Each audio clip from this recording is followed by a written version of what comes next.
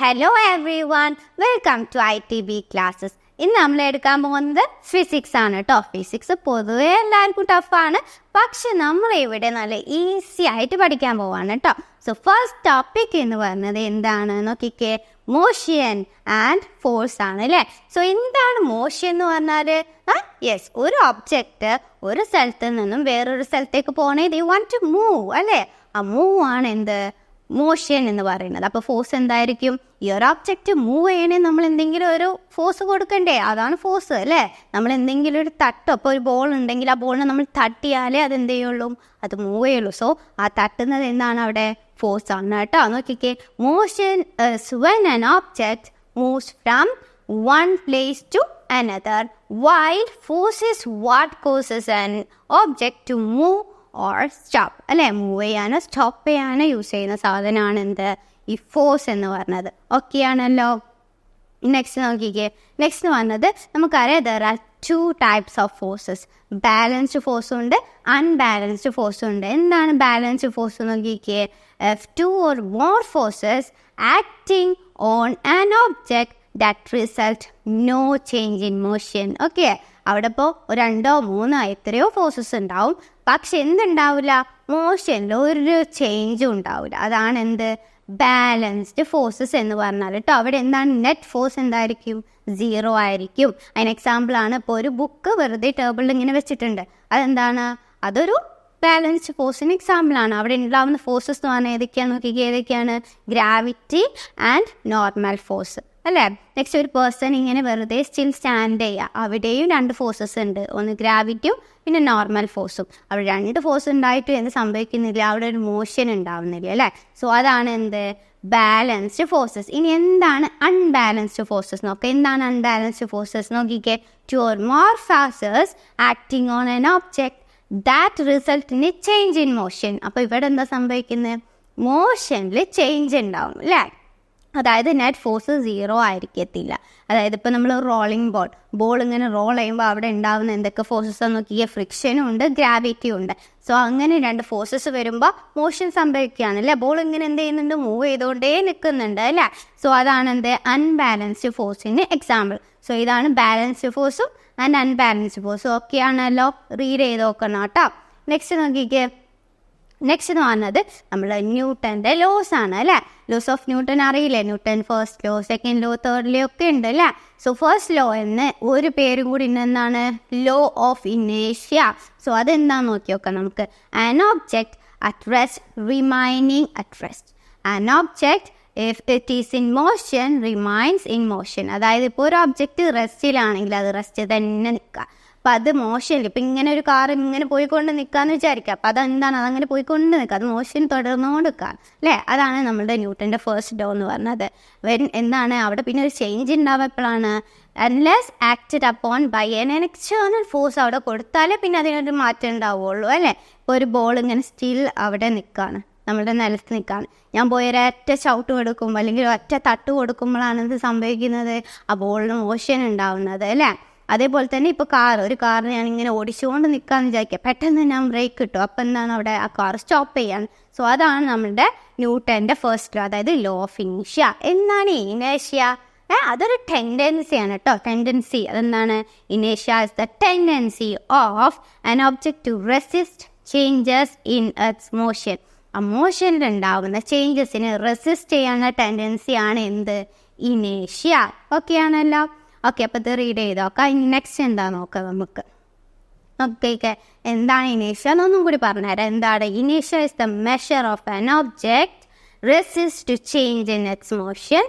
പിന്നെ എന്താണ്, it's greater the mass, it will also greater the ഇനേഷ്യ. ഇപ്പം എന്തെങ്കിലും മാസ് കൂടാണെങ്കിൽ അവിടെ എന്തും കൂടും, ഇനേർഷ്യയും കൂടും. ഓക്കെ, പിന്നെ ഇനേഷ്യ ഡിപ്പെൻഡ്സ് ഓൺലി ഓൺ മാസ്, പിന്നെ not on the velocity and acceleration. Velocity acceleration ഒന്നും ആരും മൈൻഡ് ചെയ്യില്ല, നമ്മുടെ ഇനേഷ്യ മൈൻഡ് ചെയ്യില്ല. അത് മാസ് കൂടുമ്പോൾ ഇനേഷ്യ കൂടും, മാസ് കുറയുമ്പോൾ ഇനേഷ്യ കുറയും, അങ്ങനെയാണ് കേട്ടോ.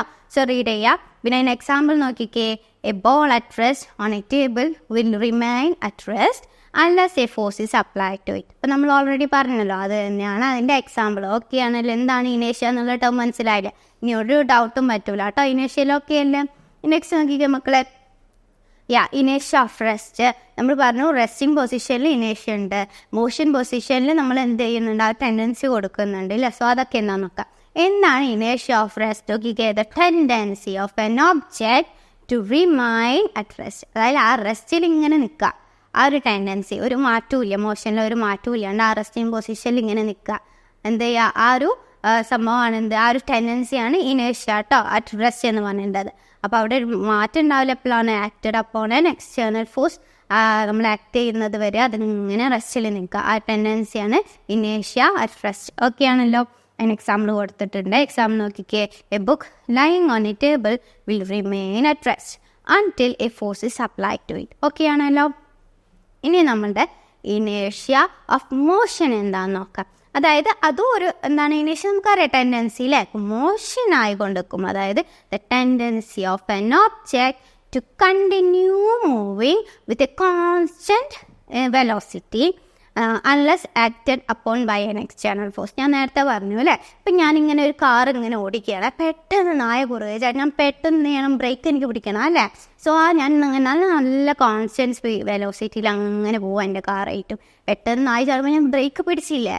സോ അവിടെ എന്താണ്, സോ ഞാൻ ആ കോൺസ്റ്റൻറ്റ് വെലോസിറ്റി കീപ്പ് ചെയ്യുന്ന ടെൻഡൻസിയാണ് എന്ത്, ഇനേർഷ്യ ഓഫ് മോഷൻ എന്ന് പറയുന്നത്. അപ്പോൾ അതിന് മാറ്റം വരുന്നപ്പോഴാണ് ഞാൻ ബ്രേക്ക് പിടിച്ചപ്പം അല്ലേ. സോ അതാണ് കേട്ടോ, a car moving at a constant speed will continue to do so until the brakes are applied. So അതൊരു എക്സാമ്പിളാണ് കേട്ടോ. സോ ഇത്രയേ ഉള്ളൂ കോൺസ്റ്റൻറ്റ് ഓഫ് മോഷൻ. അത് മോഷനിലാവുമ്പോഴുള്ള ടെൻഡൻസി, മറ്റേത് റെസ്റ്റിങ്ങിലാവുമ്പോൾ ടെൻഡൻസി. ഇനി നോക്കിക്കഴിഞ്ഞാൽ ഇനേഷ്യ ഓഫ് ഡയറക്ഷനാണ് പറയുന്നത്. ഡയറക്ഷൻ അപ്പം എന്തായിരിക്കും, അതിൻ്റെ ഡയറക്ഷൻ മാറാനുള്ള ടെൻഡൻസി അല്ലേ. The tendency of an object to maintain its direction. അതിൻ്റെ ആ ഡയറക്ഷൻ മെയിൻറ്റെയിൻ ചെയ്യാനുള്ള ടെൻഡൻസി. വേറെ എന്തെങ്കിലും ഒരു ഫോഴ്സ് വന്നാൽ അതിൽ തട്ടിയാൽ എന്താവുള്ളൂ, അതിൻ്റെ ഡയറക്ഷൻ മാറുള്ളൂ. ഇപ്പം ഞാൻ എൻ്റെ ഓപ്പോസിറ്റ് നിൽക്കുന്ന ആൾക്ക് ബോൾ എറിഞ്ഞു കൊടുക്കാമെന്ന് വിചാരിക്കുക. അപ്പോൾ എനിക്കൊരു എയിം ഉണ്ട്, അയാൾക്ക് തന്നെ ബോൾ കിട്ടണം അല്ലേ. സോ ഞാൻ ബോൾ എടുത്ത് അയാൾക്ക് എറിയാണ്, പെട്ടെന്ന് കാറ്റ് വീശി. അപ്പോൾ എന്തായി, എൻ്റെ ആ ബോളിൻ്റെ ഡയറക്ഷൻ ചേഞ്ച് ആവില്ല എന്തായാലും. സോ അതാണ് അല്ലേ. അപ്പോൾ അതായത് ആ ഒരു ബോളിൻ്റെ ആ ഡയറക്ഷൻ കീപ്പ് ചെയ്യാനുള്ള ടെൻഡൻസിയാണ് എന്ത്, ഇനേഷ്യ ഓഫ് ഡയറക്ഷൻ എന്ന് പറയുന്നത്. ഇഫ് അതിലൊരു ഫോഴ്സ്, എക്സ്റ്റേണൽ ഫോഴ്സ് വന്നാൽ ഡയറക്ഷൻ ചേഞ്ച് ആവും. അതായത് a ball thrown in a straight line will continue to move in that direction until air resistance or gravity acts upon it. Okay അല്ലേ. ഇത്രയേ ഉള്ളൂ inertia of direction. Okay. ഇനി അടുത്ത നമ്മളുടെ second law ആണ്, F is equal to mg / d. അതാണ് ഇത്. അതെന്താണ് നോക്കിക്കേ, നമ്മുടെ അപ്ലൈഡ് ഫോഴ്സ് എന്ന് പറഞ്ഞത് it's equal to what, it's equal to mass of the object and also acceleration. അതായത് force applied to an object is equal to the mass of the object multiplied by its acceleration, that is force. F means force. Force equals mass into acceleration, m into a. അതാണ് നമ്മുടെ ന്യൂട്ടൻ്റെ second law എന്ന് പറയുന്നത്. ഇതിലൊരു ടേമാണ് momentum. Momentum P ആണ് നമ്മൾ momentum denote ചെയ്യുക കേട്ടോ. So momentum എന്താണ് നോക്കിക്കേ, momentum is a measure of an object's tendency to keep moving in a straight line. അതായത് എങ്ങനെയെങ്കിലും മൂവ് ചെയ്യല്ല, ഒരു സ്ട്രെയിറ്റ് ലൈനിൽ അതിൻ്റെ ആ മൂവ്മെൻറ്റ് അതിങ്ങനെ കീപ്പ് ചെയ്ത് കൊണ്ടുപോവുക. ആ ഒരു ടെൻഡൻസിയാണ് മൊമെൻറ്റം എന്ന് പറയുന്നത് കേട്ടോ. ഓക്കെ. ഇപ്പം ഞാൻ നേരത്തെ പറഞ്ഞല്ലോ, ഞാനിപ്പോൾ എന്ത് ചെയ്യാണ്, ഞാനിങ്ങനെ കാർ ഓടിച്ചുകൊണ്ട് പോകുക. കാർ പോട്ടെ, നമുക്ക് ബസ് എടുക്കാം അല്ലേ, കുറേ നേരം കാർ, നമുക്ക് ബസ് എടുക്കാം. ബസ് ഇങ്ങനെ പോവാണ്, നേരെ സ്ട്രെയിറ്റ് ലൈനിലാണ് പോകുന്നത്, വളവും തിരിവൊന്നുമില്ല. അപ്പോൾ ആ ഒരു സ്ട്രെയിറ്റ് ലൈന് കീപ്പ് ചെയ്യാനുള്ള ടെൻഡൻസിയാണ് മൊമെൻറ്റം. ഓക്കെ, അത്രയേ ഉള്ളൂ കേട്ടോ. സോ ഇത് നോക്കാം, അതിൻ്റെ ഇക്വേഷൻ മൊമെൻറ്റം എന്ന് പറഞ്ഞാൽ മാസ് ഇൻറ്റു വെലോസിറ്റി ആണ് കേട്ടോ. That means P is equal to mv. Okay ആണല്ലോ. ഇനി അടുത്ത നോക്കിക്കേ മക്കൾസ്, ഇനി ഫ്രിക്ഷനാണ് വരാൻ പോകുന്നത്. എന്താണ് ഫ്രിക്ഷൻ? ഫ്രിക്ഷൻ എന്ന് പറഞ്ഞാൽ എന്താ? Friction is A force that opposes motion between two surfaces in contact. Okay, അപ്പോൾ അതായത് എന്താണ്, രണ്ട് സർഫേസസ് തമ്മിൽ കോണ്ടാക്റ്റിൽ വരുമ്പോൾ അവിടെ ഒരു കുത്തിത്തിരിപ്പ് ഉണ്ടാക്കുന്ന ആളാണ് ഈ ഫ്രിക്ഷൻ. അവിടെ അവർ ഒപ്പോസ് ചെയ്യുന്ന ആളാണ് ആര്? ഈ ഫ്രിക്ഷൻ എന്ന് പറയുന്നത് കേട്ടോ. അതായത് it acts in the opposite direction to the motion. മോഷൻ്റെ ഓപ്പോസിറ്റ് ഡയറക്ഷനിലാണ് ആര് ആക്ട് ചെയ്യുന്നത്?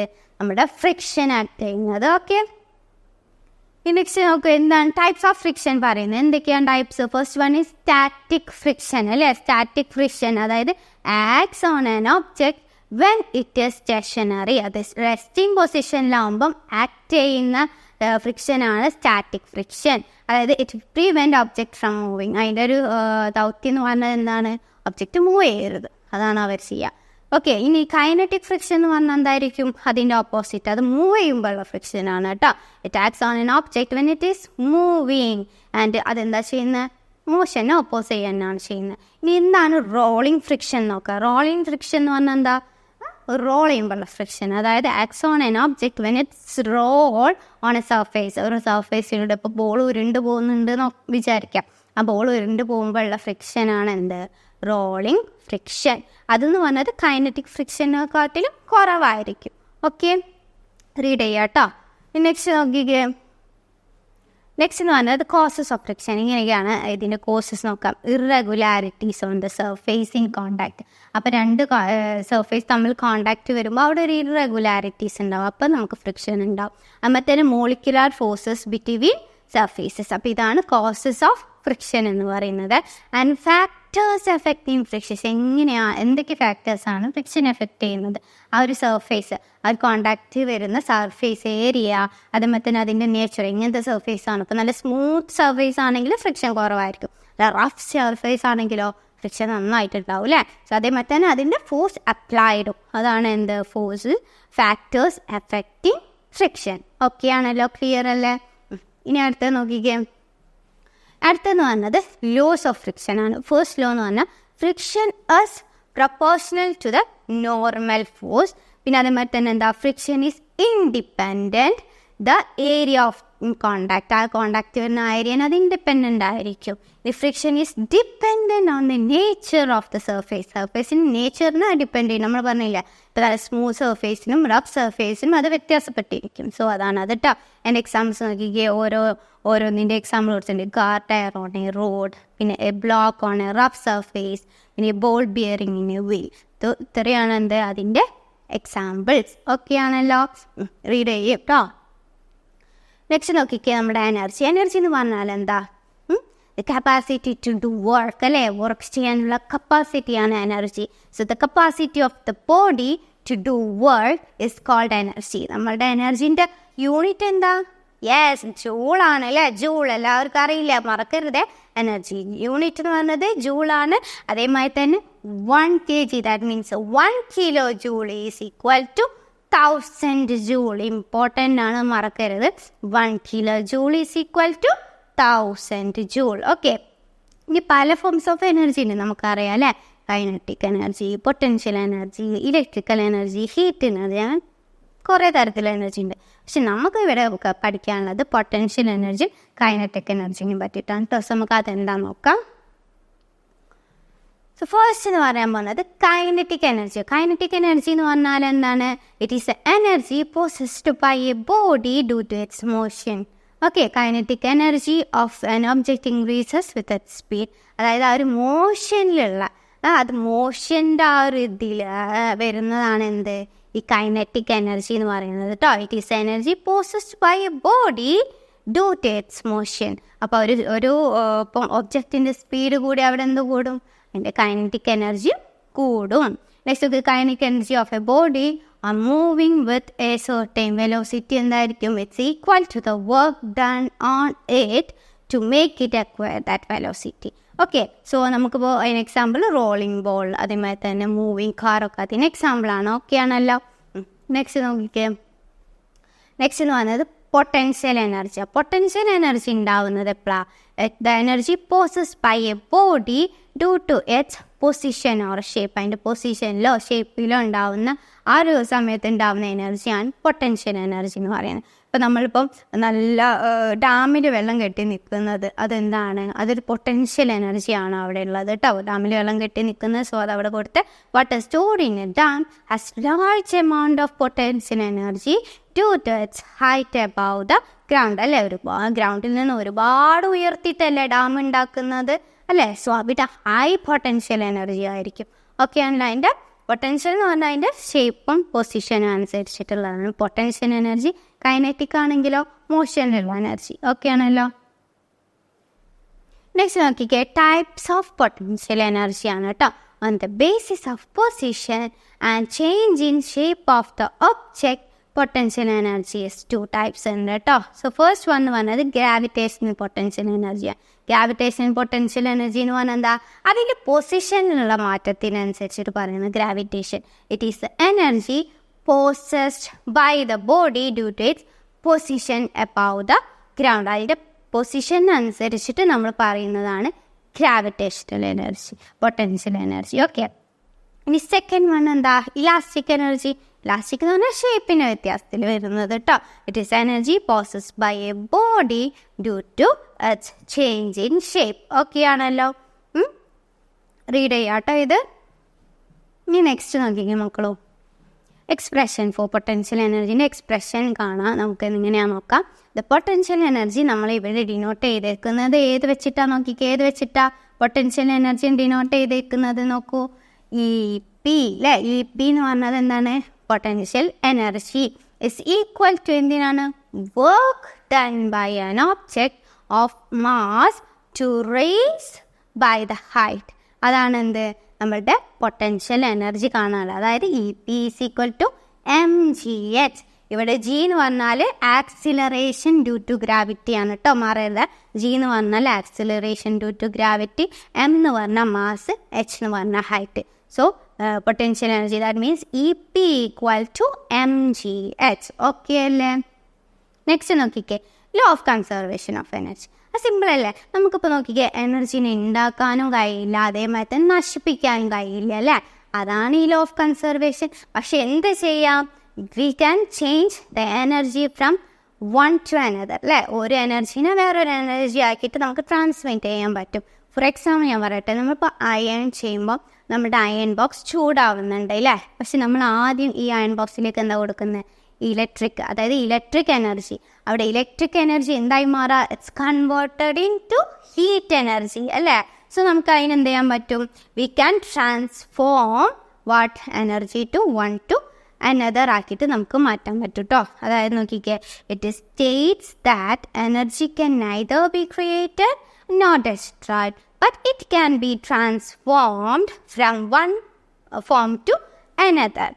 The total energy before and after the transformation remains same. Okay, നമ്മളിപ്പം മാറ്റം എന്ന് പറഞ്ഞാൽ എനർജീനെ, പക്ഷെ അവിടെയുള്ള ടോട്ടൽ എനർജി തന്നെയായിരിക്കും നമുക്ക് ആഫ്റ്ററും കിട്ടുക കേട്ടോ, അതിന് മാറ്റമൊന്നും ഉണ്ടാവില്ല. ഓക്കെ അല്ലേ, law of conservation of energy read ചെയ്യണേ. നെക്സ്റ്റ് നോക്കൂ, നെക്സ്റ്റ് സൗണ്ടാണ്. എന്താ ഈ സൗണ്ട്, സൗണ്ട് എന്ന് പറഞ്ഞാൽ എന്താ, ഇറ്റ്സ് എ മെക്കാനിക്കൽ എനർജി ആണല്ലോ, ഒരു തരം മെക്കാനിക്കൽ എനർജിയാണ് ഈ sound, which produces sensation of hearing. Sound is produced due to vibration of different objects അല്ലേ. പല ഒബ്ജക്ട്സിൻ്റെയും വൈബ്രേഷനിലൂടെയാണ് സൗണ്ട് പ്രൊഡ്യൂസ് ആവുന്നത്. ഓക്കെ, അപ്പം നോക്കിക്കുക, അതേമാതിരി തന്നെ നമ്മുടെ സൗണ്ടിൻ്റെ വേവ് എന്ന് പറഞ്ഞത് നല്ലോണം നോട്ട് ചെയ്യുക. എന്താണ്, ലോഞ്ചിറ്റ്യൂഡിനൽ വേവ് ആണ് കേട്ടോ. ലോഞ്ചിറ്റ്യൂഡിനൽ വേവ് ആണ് നമ്മുടെ സൗണ്ടിൻ്റെ വേവ്, മറക്കരുത്, നോട്ട് ചെയ്ത് വെക്കുക. എന്താണ് sound wave are longitudinal wave. Okay, ഞാൻ അടുത്ത് നോക്കിക്കേ, എന്തൊക്കെയാണ് സൗണ്ട് വേവിൻ്റെ ക്യാരക്ടറിസ്റ്റിക്സ് ആണ് കേട്ടോ. Sound wave are produced due to variations in pressure and density of the medium. മീഡിയത്തിൻ്റെ പ്രഷറും ഡെൻസിറ്റിയും ഒക്കെ അനുസരിച്ചായിട്ടായിരിക്കും നമ്മളുടെ സൗണ്ട് വേവ് പ്രൊഡ്യൂസ് ചെയ്യുന്നുണ്ടാവുക കേട്ടോ. സോ അതിൽ ഫസ്റ്റ് ഉള്ളത് നമുക്ക് നോക്കാം, എന്താണ് കംപ്രഷൻ. എന്താ compression? Compression is the portion of the medium where a temporary increase in volume, a decrease in density takes place when a sound wave passes through the medium. ഒരു മീഡിയത്തിലൂടെ sound wave pass ചെയ്യാന്ന് വിചാരിക്കുക. അപ്പോൾ പെട്ടെന്ന് അതിനെന്തുണ്ടാവും, വോളിയത്തിലൊരു high വരും. ആ ടൈമിൽ എന്താ സംഭവിക്കുക അറിയോ, ടെമ്പററി ആയിട്ട് ഡെൻസിറ്റി കുറയും. അതാണ് എന്ത്, ഈ കംപ്രഷൻ എന്ന് പറയുന്നത് കേട്ടോ. ഇനി റെയർ ഫ്രാക്ഷൻ എന്ന് പറഞ്ഞാൽ എന്താ നോക്കാം. It is a portion of the medium where a temporary increase in volume and consequently decrease in density takes place when sound wave passes through the medium. അതായത് ഇപ്പോൾ സൗണ്ട് വേവ് ഒരു മീഡിയത്തിലൂടെ pass ചെയ്യുമ്പോൾ എന്താ സംഭവിക്കുക, പെട്ടെന്ന് ഒരു ടെമ്പററി ഇൻക്രീസ് ഉണ്ടാവും വോളിയത്തിൽ. ആ സമയത്ത് അവിടെ എന്താ സംഭവിക്കുന്നത്, കോൺസിക്വൻ്റ് ആയിട്ട് ഇങ്ങനെ എന്ത് ചെയ്യും, നമ്മളുടെ ഡെൻസിറ്റി കുറഞ്ഞുകൊണ്ടിരിക്കും. അതാണ് എന്ത്, റയർ ഫ്രാക്ഷൻ. ഓക്കെ, റീഡ് ചെയ്ത് നോക്കാം കേട്ടോ. Okay, next crest. ഇതിൻ്റെ മുന്നേ ഞാൻ ഒരു വേവ് വരച്ചുതരാം, അപ്പോൾ നിങ്ങൾക്ക് ഒന്നുകൂടി മനസ്സിലാവും. നോക്കിക്കേ, ഒരു സൗണ്ട് വേവ് ടീച്ചർ വരയ്ക്കുന്നുണ്ട്.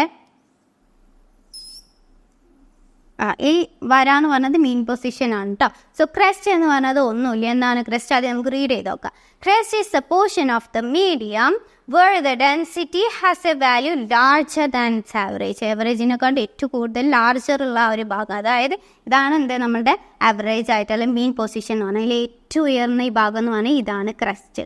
ഓക്കെ, ഈ ഒരു ഭാഗത്തിനെയാണ് നമ്മൾ ക്രസ്റ്റ് എന്ന് പറയുന്നത്. അതിന് നേരെ ഓപ്പോസിറ്റാണ് ട്രഫ് എന്ന് പറയുന്നത്. എന്താ നോക്കിക്കേ, a portion of the medium where the density has a value smaller than the average value. അതായത് ഈ ഒരു ഭാഗമാണ് എന്ത്, ട്രഫ് എന്ന് പറയുന്നത് കേട്ടോ. ഈ ഭാഗം ട്രഫാണ്, ഈ ഭാഗം ക്രസ്റ്റ് ആണ്. ഓക്കെ, ഇനി ആംപ്ലിറ്റ്യൂഡ് എന്ന് പറഞ്ഞാൽ ഒന്നുമില്ല. ഇത് ഇവിടെ നോക്കിക്കേ, ഇത്രയേ ഉള്ളൂ. ഈ ഒരു വര കണ്ടില്ലേ, ഇത് തൊട്ടിട്ട് ഇത് വരെയുള്ള ഒരു ഭാഗമാണ് ആംപ്ലിറ്റ്യൂഡ്. അതേമാതിരി തന്നെ താഴേക്കും ഈ ഒരു മീൻ പൊസിഷൻ തൊട്ടിട്ട് ഇവിടെ വരെ ഉള്ളതാണ് എന്ത്, ആംപ്ലിറ്റ്യൂഡ് എന്ന് പറഞ്ഞാൽ. നോക്കിക്കേ, the magnitude of the maximum disturbance in the medium on either side that's mean position. Okay, mean പൊസിഷനിൽ ആ മാക്സിമം ഡിസ്റ്റർബൻസ് ഉണ്ടാകുന്ന ആ ഭാഗം വരെയുള്ളതാണ് എന്ത്, ആംപ്ലിറ്റ്യൂഡ്. അതേമാതിരി തന്നെ താഴേക്കോട്ടോ. ഓക്കെ ആണല്ലോ.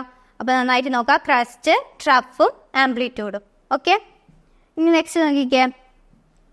നെക്സ്റ്റ് പറയുന്നത് ഓസിലേഷൻ. ഓസിലേഷൻ എന്ന് പറഞ്ഞാൽ എന്താ, is the change in density for the maximum value to the maximum minimum value and again to maximum value. അതായത് ഇത്രയേ ഉള്ളൂ. ഇപ്പോൾ നമ്മൾ നേരത്തെ വരച്ചില്ലേ എന്ത്, ഈ ഒരു ഇങ്ങനെ പോവാം. അഗെയിൻ ടു മിനിമം വാല്യൂ എന്ന് പറഞ്ഞാൽ ഇവിടെ നിന്ന് തുടങ്ങി അത് മാക്സിമം പോവാം, പിന്നെ മിനിമത്തിൽ നിന്ന് പിന്നെ വീണ്ടും അതിലേക്ക് എത്താം. അതായത് ഇത് വൺ ഓസിലേഷൻ എന്ന് പറയാം നമുക്ക്. ഓക്കെ, ഇതെന്താണ്, ഇത് ഒരു വൺ ഓസിലേഷൻ ആണ് കേട്ടോ. ഇനി ഫ്രീക്വൻസി എന്ന് പറഞ്ഞാൽ അതൊന്നുമില്ല, ഇത് എത്ര ടൈംസ് ഇങ്ങനെ ഉണ്ടായോ അതാണ് frequency. It enables us to know as to how many times a particular event occurs in a given time. തന്ന ടൈമിൽ എത്രത്തോളം ഇങ്ങനെ ഓസിലേഷൻ ഉണ്ടായോ അതാണ് ഫ്രീക്വൻസി. ഓക്കെ, ടൈം പീരീഡ് എന്ന് പറഞ്ഞാൽ എന്താണ്, simple, it's the time taken four one oscillation.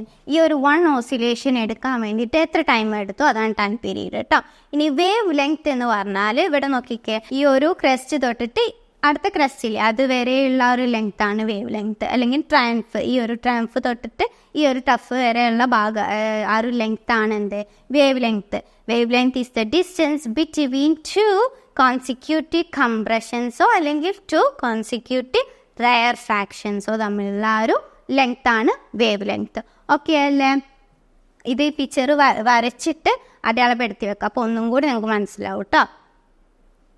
Next നോക്കിക്കേ, എന്തൊക്കെയാണ് സൗണ്ടിൻ്റെ ക്യാരക്ടറിസ്റ്റിക്സ് നോക്കാം. എന്താണ്, loudness or intensity, pitch or frequency, quality or timbre. ഇത്രയാണ് സൗണ്ടിൻ്റെ ക്യാരക്ടറിസ്റ്റിക്സ് കേട്ടോ. ഇനി നോക്കിക്കേ, എങ്ങനെയാണ് റിഫ്ലക്ഷൻ ഓഫ് സൗണ്ട്.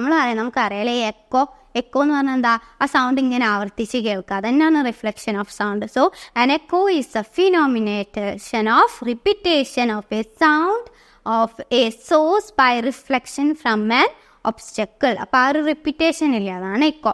ഇനി എന്താണ് മൾട്ടിപ്പിൾ എക്കോസ് നോക്കാം. എന്താണ്, are heard when sound is repeatedly reflected from a number of obstacles at suitable distance. ഒരുപാട് ഒബ്സ്റ്റക്കിൾസിൽ നിന്നും വരുന്ന ആ ഒരു റിപ്പീറ്റേഷൻ ഓഫ് സൗണ്ടാണ് എന്ത്, മൾട്ടിപ്പിൾ എക്കോസ്. ഓക്കെ, ഇത്രയേ ഉള്ളൂ. അപ്പോൾ എക്കോ എന്താണ്, മൾട്ടിപ്പിൾ എക്കോ എന്താ നോക്കി വെക്കണേ. നെക്സ്റ്റ് നോക്കുക, എന്താണ് റേഞ്ച് ഓഫ് ഫ്രീക്വൻസീസ്. അതായത് എത്ര ഒരു ഫ്രീക്വൻസിയിൽ നമുക്ക് ഇത് കേൾക്കാൻ പറ്റും. നമ്മുടെ ഹ്യൂമൻ ബീൻ ഒരു ഫ്രീക്വൻസിയാണ്, പക്ഷെ ഈ ആനകളിൽ ബാറ്റിലൊക്കെ വേറെ തന്നെ ഫ്രീക്വൻസീസ് ആണ്. ആ ഒരു ഇതിൻ്റെ ഇടയിൽ വരുന്നതേ നമുക്ക് കേൾക്കാൻ പറ്റുള്ളൂ. സോ ഹ്യൂമൻ ബീൻ എന്ന് പറഞ്ഞാൽ നോക്കിക്ക് എത്രയാ, നമ്മൾ 20 Hz to 20 kHz വരെയുള്ള ആ ഒരു ഫ്രീക്വൻസിയുള്ള സൗണ്ടേ നമുക്ക് എന്ത് ചെയ്യാൻ പറ്റൂ, നമ്മൾ വി ആർ ഓഡിബിൾ. നമുക്ക് ആ ഒരു ഇടയിൽ വരുന്ന സൗണ്ട് മാത്രമേ നമുക്ക് കേൾക്കാൻ പറ്റുള്ളൂ കേട്ടോ. എന്താണ് ഈ ഇൻഫ്രാ സൗണ്ട് എന്ന് പറഞ്ഞാൽ, infra sound has A frequency below 20 Hz. 20 Hz താഴെ വരുന്ന സൗണ്ടാണ് ഇൻഫ്രാ സൗണ്ട്. അതിന് എക്സാമ്പിളാണ് നമ്മൾ വെയിൽ, എലിഫൻ്റ് ഒക്കെ അതിന് എക്സാമ്പിളാണ്, നോട്ട് ചെയ്ത് വെക്കണേ. പിന്നെ അൾട്രാ സൗണ്ട് എന്ന് പറഞ്ഞാൽ എന്തായിരിക്കും, 20 kHz മുകളിലുള്ള ഫ്രീക്വൻസിയുള്ള സൗണ്ടാണ് അൾട്രാ സൗണ്ട്. ഇത് യൂസ് ചെയ്യുന്ന ആൾ നമ്മൾ ബാറ്റാണ് കേട്ടോ, അത് നോട്ട് ചെയ്യണേ. And ultrasound finds application in industry, medical service and communications. ഇവിടെയൊക്കെ എന്ത് ചെയ്യുന്നുണ്ട്, അൾട്രാസൗണ്ട് അപ്ലൈ ചെയ്യുന്നുണ്ട്. ഓക്കെ അല്ലേ? നെക്സ്റ്റ് ലൈറ്റിനെ പറ്റിയിട്ടാണ് പറയാൻ പോകുന്നത്. ലൈറ്റ് എന്താണ്? ലൈറ്റ് ഫസ്റ്റ് നോക്കിക്കേ, എന്താണ് റിഫ്ലക്ഷൻ ഓഫ് ലൈറ്റ്? എന്താ നമുക്കറിയാം അല്ലേ? The return of the light into the same medium after striking a surface is called reflection. ഇപ്പം നമ്മൾ എന്ത് ചെയ്യാണ്? ഒരു പ്ലെയിൻ ആയിട്ടുള്ള ഒരു മിറർ എടുത്ത് അതിലേക്ക് ടോർച്ച് അടിച്ച്, സോ ഈ ഒരു മീഡിയത്തിൽ നിന്നാണ് എന്ത് വരുന്നത്? ലൈറ്റ് വരുന്നത്. ലൈറ്റ് ഇവിടെ തട്ടി തിരിച്ചു പോകും അല്ലേ? തിരിച്ച് ഈ ഒരു മീഡിയത്തിലേക്ക് തന്നെയല്ലേ പോകുന്നത്? അതാണ് reflection. Okay, the reflection of light which enables us to see the different objects around us അല്ലേ? ഈ റിഫ്ലക്ഷൻ ഓഫ് ലൈറ്റ് ഉള്ളത് കൊണ്ടാണ് നമുക്ക് നമ്മുടെ ചുറ്റുമുള്ള ഒബ്ജക്റ്റ് കാണുന്നത്. റിഫ്ലക്ഷൻ ഇല്ലേ നമുക്ക് ഒന്നും കാണാൻ പറ്റില്ല. ഓക്കെ, സോ ചുറ്റും നമ്മുടെ അറൗണ്ടുള്ള എല്ലാ സാധനങ്ങളും നമുക്ക് കാണുന്നത് റിഫ്ലക്ഷൻ ഓഫ് ലൈറ്റ് കൊണ്ടാണ് കേട്ടോ. സോ ഇതൊന്ന് റീഡ് ചെയ്യാണ്. നെക്സ്റ്റ് നോക്കിക്കേ, next kinds of reflection. 2 types of reflection ഉണ്ട്. എന്താ? റെഗുലർ റിഫ്ലക്ഷൻ ഉണ്ട്, ഇറഗുലർ റിഫ്ലക്ഷൻ ഉണ്ട്. എന്താ റെഗുലർ റിഫ്ലക്ഷൻ? ഇപ്പം ഇങ്ങനെ റിഫ്ലക്റ്റ് ചെയ്യുന്ന, അതായത് നമ്മൾ അടിച്ച് ഇപ്പം ഈ ടോർച്ചിൽ നിന്ന് വരുന്ന ഈ ലൈറ്റ് കണ്ടോ, അത് റിഫ്ലക്റ്റ് ചെയ്ത് സെയിം ആയിട്ടാണ് പോകണം, അവിടെ ഒന്നും സംഭവിക്കുന്നില്ല അല്ലേ? സോ അത് regular reflection. Regular reflection occurs when a beam of light falls on a smooth and polished surface. നല്ല സ്മൂത്തും പോളിഷ്ഡുമായിട്ടുള്ള സർഫേസിൽ അത് തട്ടിയിട്ട് അതെന്താവുക? അങ്ങനത്തെ ഒരു പ്ലെയിൻ മിററിലായിരിക്കും നമ്മളത് കൊടുക്കുന്നുണ്ടാവുക. അങ്ങനെ സ്മൂത്ത് സർഫേസിൽ തട്ടി അത് അതേപോലെ തിരിച്ച് ആ മീഡിയത്തിലേക്ക് പോകും. അതാണ് എന്ത്? Regular reflection. ഇറഗുലർ നിന്ന് നേരെ തിരിച്ചിട്ട്, ഇപ്പം നമ്മളിപ്പോൾ ഇവിടെ എടുത്തേക്കുന്ന സർഫേസ് പറഞ്ഞാൽ നല്ല റഫ് സർഫേസാണെന്ന് വിചാരിക്കുക. അപ്പോൾ സോ ഈ ലൈറ്റ് എന്ത് ചെയ്യും? അത് തിരിച്ചു പോകുമ്പോൾ പല പല ഡയറക്ഷനിലാണ് പോവുക. ഇതേപോലെ കറക്റ്റ് പോകത്തില്ല, അത് എന്താവും? പല പല ഡയറക്ഷനിൽ പോകും. അതാണ് ഇറഗുലർ റിഫ്ലക്ഷൻ. എന്താ നോക്കൂ, irregular reflection occurs when a beam of light falls in a rough surface such as the wall of the room, the page of a book or any other object. Rough സർഫേസിന് examples ആ കൊടുത്തത് കേട്ടോ. So അതിൽ തട്ടുമ്പോൾ regular അല്ല, irregular ആയിട്ടാണ് അതെന്ത് ചെയ്യുന്നത്? Reflect ചെയ്യുന്നത്. ഓക്കെ അല്ലേ? ഇതാണ് കേട്ടോ കൈൻഡ്സ് ഓഫ് റിഫ്ലക്ഷൻ. നെക്സ്റ്റ് നോക്കാം. നെക്സ്റ്റ് എന്ന് പറഞ്ഞാൽ റിയൽ ഇമേജും വെർച്വൽ ഇമേജും നമ്മൾ ഡിഫറൻസ് ആണ് നോക്കുന്നത്. എന്താ റിയൽ ഇമേജ്? നോക്ക്, light rays actually meet form a real image. Light rays എന്ത് ചെയ്യും? അവർ മീറ്റ് ചെയ്തിട്ട് റിയൽ ഇമേജ് ക്രിയേറ്റ് ചെയ്യും. ബട്ട് വെർച്വൽ ഇമേജിലാണെങ്കിലോ light do not actually meet form a virtual image. Next, ഇത് ഇമേജ് ഇസ് ജനറലി ഇൻവേർട്ടഡ് ആയിട്ട്, inverted എന്ന് പറഞ്ഞാൽ തലകീയായിട്ടാണ് ഉണ്ടാവുക. പക്ഷേ ഇത് ഇമേജ് ഇസ് ജനറലി എന്താണ്? ഇറക്റ്റ് ആണ്. അത് നമ്മളിപ്പോൾ എങ്ങനെയാണോ ഉള്ളത് അതേമാതിരി. ഇപ്പം നമ്മളിപ്പോൾ ഈ നമ്മളുടെ എന്ത് ചെയ്യുന്നുണ്ട്? കണ്ണാടിയിൽ നമ്മൾ മുഖം പോയി നോക്കൂല്ലേ, അത് നമ്മൾ നമ്മളുള്ള അതേപോലെ ഉള്ളത് അതാണ് ഇറക്റ്റ്, കുത്തനെയുള്ളതാണ് ഇറക്റ്റ് എന്ന് പറഞ്ഞാൽ. Image can be obtained on the സ്ക്രീനിൽ നമുക്ക് ഇമേജ് കിട്ടും, പക്ഷേ അവിടെയോ സ്ക്രീനിൽ ഇമേജ് കിട്ടത്തില്ല. പിന്നെ this image is in front of the mirror and behind the lens. നോക്കണേ, ഇമേജ് ഫോം ചെയ്യുന്നത് എവിടെയാണ്? മിററിൻ്റെ മുന്നിലും ലെൻസിൻ്റെ പിൻവശത്തുമാണ് കേട്ടോ. അത് നോട്ട് ചെയ്യണേ. അത് പക്ഷേ വെർച്വൽ ഇമേജ് എവിടെയാണ്? ബിഹൈൻഡ് ദ മിററും ലെൻസിൻ്റെ ഇൻ ഫ്രണ്ട് മുന്നിലും, ലെൻസിൻ്റെ മുന്നിലുമാണ് അതെന്ത് ചെയ്യുന്നത്? അത് ഫോം ചെയ്യുന്നത് കേട്ടോ. അതേമാതിരി തന്നെ നമുക്ക് എന്ത് ചെയ്യാം? Real image we can reach to it, we can reach to it. Next അതിന് എക്സാമ്പിളാണ് നമ്മൾ സിനിമ സ്ക്രീനൊക്കെ റിയൽ ഇമാജിന് എക്സാമ്പിളാണ്. പക്ഷെ വെർച്വൽ ഇമാജിന് എക്സാമ്പിളാണ് നമ്മളുടെ എന്ത്? അവർ ഇമേജിന് പ്ലെയിൻ മിറർ. ഓക്കെ ആണല്ലോ? രണ്ടും ഒന്നും കൂടി റീഡ് ചെയ്യാം കേട്ടോ. നെക്സ്റ്റ് നോക്കിക്കുക, എന്തൊക്കെയാണ് പ്ലെയിൻ മിററിൻ്റെ ക്യാരക്ടറിസ്റ്റിക്സ് നോക്കാം. അതിലുണ്ടാവുന്ന ഇമേജ് എന്ന് പറഞ്ഞത് ഇറക്റ്റ് ആയിരിക്കും, അതായത് അപ്രൈറ്റ് ആയിരിക്കും, വെർച്വൽ ആയിരിക്കും, സെയിം സൈസ് ആയിരിക്കും അല്ലേ? സൈസിൽ മാറ്റം ഉണ്ടാവും ഇല്ല, സെയിം ഒബ്ജക്റ്റിൻ്റെ അതേ സൈസ് ആയിരിക്കും. പിന്നെ അത് ലാറ്ററലി ഇൻവേർട്ട്. ലാറ്ററലി ഇൻവേർട്ട് എന്ന് പറഞ്ഞാൽ എന്താ? ഇപ്പോൾ നമ്മളുടെ മിററിൽ പോയി നോക്കിയാൽ നമ്മളുടെ വലത് കൈ ആയിട്ടാണോ കാണുക? അല്ല, ഇടതായിട്ടാണ് കാണുക അല്ലേ? അത്രയേ ഉള്ളൂ ലാറ്ററൽ ഇൻവേർഷൻ എന്ന് പറഞ്ഞാൽ കേട്ടോ. സോ നെക്സ്റ്റ് നോക്കിക്കേ, some terms related to spherical mirror. എന്താ സ്ഫെറിക്കൽ മിറേഴ്സ്? യെസ്, കോൺകേവ് മിററും കോൺവെക്സ് മിററും നമ്മൾ പഠിച്ചിട്ടില്ല. അതാണ് സ്ഫെറിക്കൽ. അതിൽ കുറച്ച് റിലേറ്റഡ് ആയിട്ട് ടേംസാണ് നമ്മളിവിടെ പറയാൻ പോകുന്നത്. നോക്കിക്കേ, സെൻറ്റർ ഓഫ് കർവേച്ചർ, അതായത് നമ്മൾ സി എന്നാണ്ട് ഇനോട്ട് ചെയ്യുക കേട്ടോ. അപ്പോൾ എന്താ? The centre of the curvature of A mirror is the centre of the sphere of which mirror is a part. അപ്പോൾ ഒരു മിററിൻ്റെ ഇപ്പം മിറർ ഇപ്പം കോൺവെക്സ് ആണ്, ഇങ്ങനെ ഒരു പകുതിയിലുണ്ടാവുക. അതിന് നമുക്ക് ഒരു കറക്റ്റ് ഒരു സർക്കിളായിട്ട് വരയ്ക്കാം, ഇമാജിൻ ചെയ്യാം. അതിൻ്റെ സെൻറ്ററാണ് സെൻറ്റർ ഓഫ് കർവേച്ചർ. ഓക്കെ, എന്താ? റേഡിയസ്. റേഡിയസ് എന്ന് പറഞ്ഞാൽ സെൻറ്റർ ഓഫ് കർവേച്ചർ ഇല്ല, അതിൻ്റെ ആ പകുതി, അതാണ് റേഡിയസ്. അതായത് radius of the sphere of which the spherical mirror is a part is called the radius curvature of the mirror. Next പേജിൽ അതിൻ്റെ പിക്ചർ ഉണ്ട് കേട്ടോ, അപ്പോൾ ഒന്നുകൂടി മനസ്സിലാവും. കണ്ടോ, ഇതാണ് എന്ത് സെൻറ്റർ ഓഫ് കർവേച്ചർ. അതിൻ്റെ ഇവിടെ തൊട്ടിട്ടില്ല ഇവിടെ വരെയുള്ളതാണ് എന്ത് റേഡിയസ്. ഓക്കെ ആണല്ലോ. എന്താ പോൾ നോക്കാം. പോൾ എന്ന് പറഞ്ഞാൽ ആ മിററിൻ്റെ സെൻറ്ററാണ് പോൾ. കണ്ടോ, ഇത് മിററാണ്, മിററിൻ്റെ സെൻറ്ററാണ് പോൾ എന്ന് പറയുന്നത്. Geometric centre of the spherical surface of the mirror is called pole of the mirror. Okay ആണല്ലോ. ഇനി എന്താണ് അപ്പേച്ചർ നോക്കാം. അപ്പേച്ചർ എന്ന് പറഞ്ഞാൽ the plane surface area of the mirror through which the light rays enter and fall on the mirror is called aperture. Okay, next നമുക്ക് principal axis എന്താണെന്നാണ് കേട്ടോ ഇവിടെ കാണിക്കുന്നത്. പ്രിൻസിപ്പൽ ആക്സിസ് എന്താ? It is the straight line that joining the Paul of the mirror to it centre of curvature. അതായത് centre of കർവേച്ചറിനും പോളിനും തമ്മിൽ യോജിപ്പിക്കുന്ന ആ ലൈനാണ് ഇത്. ഈ നീട്ടി വരച്ച ലൈനില്ലേ, അതാണ് പ്രിൻസിപ്പൽ ആക്സിസ്. ഓക്കെ ആണല്ലോ. ഈ പിക്ചർ നോട്ട് ചെയ്ത് വെക്കുക, വേണമെങ്കിൽ വരച്ചു വെച്ചോ കേട്ടോ, അപ്പോൾ ഒന്നും കൂടി മനസ്സിലാവും. ഓക്കെ അല്ലേ. നെക്സ്റ്റ് എന്താണ് ഇലക്ട്രിസിറ്റി നോക്കാം. എന്താ electricity? A form of energy. അതൊരു എനർജി ഫോം നമുക്കറിയാം അല്ലേ. അവിടെ എന്താ സംഭവിക്കുന്നത്? ചാർജ്ഡ് പാർട്ടിക്കിൾസ്, അതായത് ഇലക്ട്രോൺസിന് ഫ്ലോ ആണ് അവിടെ ഉണ്ടാകുന്നത്, അതാണ് electricity. Okay, a form of energy generated by the movement of charged particles, അതായത് electrons. There are 2 type of charge. ഏതൊക്കെയാണ്? പോസിറ്റീവും നെഗറ്റീവും. ഓക്കെ ആണല്ലോ. നോക്കിക്കേ, ഇനി flow of electrons through a circuit measured in amperes. അതായത് നമ്മൾ പറഞ്ഞു ഫ്ലോ ഓഫ് ഇലക്ട്രോൺസ് ആണ് നമ്മളുടെ കറണ്ട് എന്ന് പറയുന്നത് അല്ലേ. സോ അതിൻ്റെ യൂണിറ്റ് എന്ന് പറയുന്നത് എന്താ? ആംബിയർ ആണ്. അറിയില്ല, ആംബിയർ നമ്മൾ ഡിനോട്ട് ചെയ്യുന്നത് എ വെച്ചിട്ടാണ്. ഇനി അതിൻ്റെ നമുക്ക് കറണ്ട് കാണാനുള്ള ഒരു ഫോർമുല എന്ന് പറയുന്നത് I=Q/T. Q എന്ന് പറഞ്ഞാൽ ഇവിടെ എന്താണ്? Q is the charge and T എന്ന് പറഞ്ഞാൽ ടൈം. ഓക്കെ ആണല്ലോ. ഒന്നുകൂടി നോക്കി വെക്കാം കേട്ടോ നമ്മളുടെ ഫോർമുല. I=Q/T. ഓക്കെ അല്ലേ? ഒന്നുകൂടി റീഡ് ചെയ്താൽ മതിയേ. നെക്സ്റ്റ് നോക്കിക്കേ, കണ്ടക്ടേഴ്സ്, ഇൻസുലേറ്റർ. സിമ്പിളാണ്. കണ്ടക്ടർ എന്താ? ഇലക്ട്രിസിറ്റി കടത്തി വിടുന്ന ആളുകൾ കണ്ടക്ടറും, ഇലക്ട്രിസിറ്റി കടത്തി വിടാത്ത ആളുകൾ ഇൻസുലേറ്റേഴ്സും. സോ കണ്ടക്ടേഴ്സ് എന്ന് പറഞ്ഞാൽ allow electricity to flow, for example copper metal. പിന്നെ ഇൻസുലേറ്റേഴ്സ് എന്ന് പറഞ്ഞാൽ എന്താ? റെസിസ്റ്റ് ചെയ്യുക, ഇലക്ട്രിസിറ്റി ആണ് റെസിസ്റ്റ് ചെയ്യുക. അതിന് എക്സാമ്പിൾ നമ്മളുടെ റബ്ബർ, പ്ലാസ്റ്റിക്, വുഡൊക്കെ അതിന് എക്സാമ്പിളാണ്. ഓക്കെ അല്ലേ. ഇനി എന്താണ് വോൾട്ടേജ്? വോൾട്ടേജ് എന്ന് പറഞ്ഞാൽ എന്താ? അതൊരു പൊട്ടൻഷ്യൽ ഡിഫറൻസ് ആണ് അല്ലേ. The potential difference between 2 points, 2 പോയിൻറ്റ്സിൻ്റെ ഇടയിലുള്ള ആ ഒരു പൊട്ടൻഷ്യൽ ഡിഫറൻസ് ആണ് വോൾട്ടേജ്.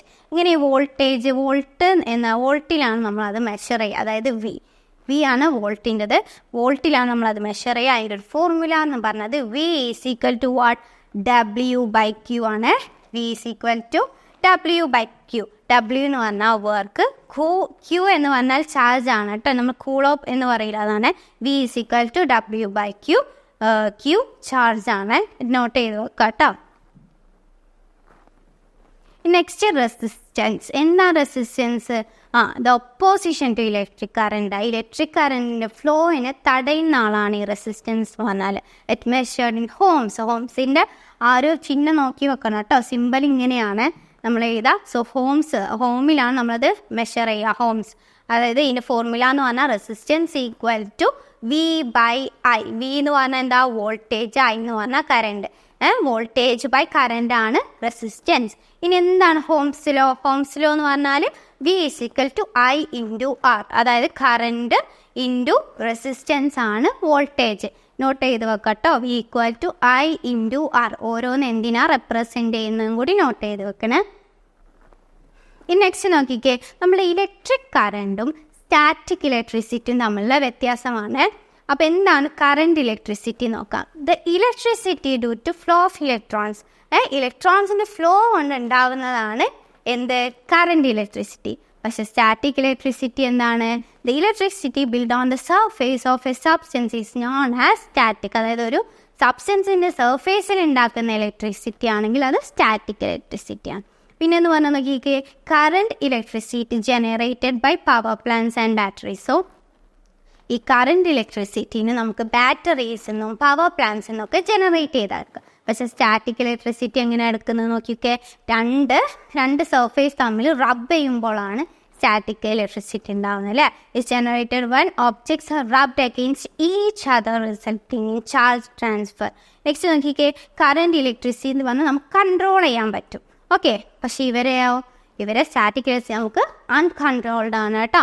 നെക്സ്റ്റ് നോക്കിക്കേ, the electricity that is use to power up electronic devices of എന്താണ് നമുക്ക് എന്ത് ചെയ്യാം, ഈ കറണ്ട് ഇലക്ട്രിസിറ്റി നമുക്ക് ചാർജ് ചെയ്യാൻ പറ്റും, പവറപ്പ് ചെയ്യാൻ പറ്റും. പക്ഷെ മറ്റേത് നമ്മളിപ്പോൾ ടച്ച് ചെയ്താൽ നമുക്ക് ഷോക്ക് അനുഭവപ്പെടും. സോ അതാണ് static electricity. The shock experience while touching A door knob in an example of static electricity എക്സാമ്പിളാണ്. അങ്ങനെ ടച്ച് ചെയ്യുമ്പോൾ ഷോക്ക് ഉണ്ടെങ്കിൽ അത് സ്റ്റാറ്റിക് ഇലക്ട്രിസിറ്റിയാണ്. സോ ഇത്രയാണ് current electricity and static electricity തമ്മിലുള്ള വ്യത്യാസം കേട്ടോ. ഓക്കെ ആണല്ലോ, നന്നായിട്ട് റീഡ് ചെയ്യണം കേട്ടോ. So thank you all. ഇത്രയേ ഉള്ളൂ നമ്മൾ ടോപ്പിക്സ് എല്ലാം കൂടി ഒന്നും കൂടി റിവൈസ് ചെയ്യുക, നന്നായിട്ട് പോയിൻറ്റ്സും കാര്യങ്ങളൊക്കെ നോട്ട് ഡൗൺ ചെയ്യുക. So all the best. Thank you.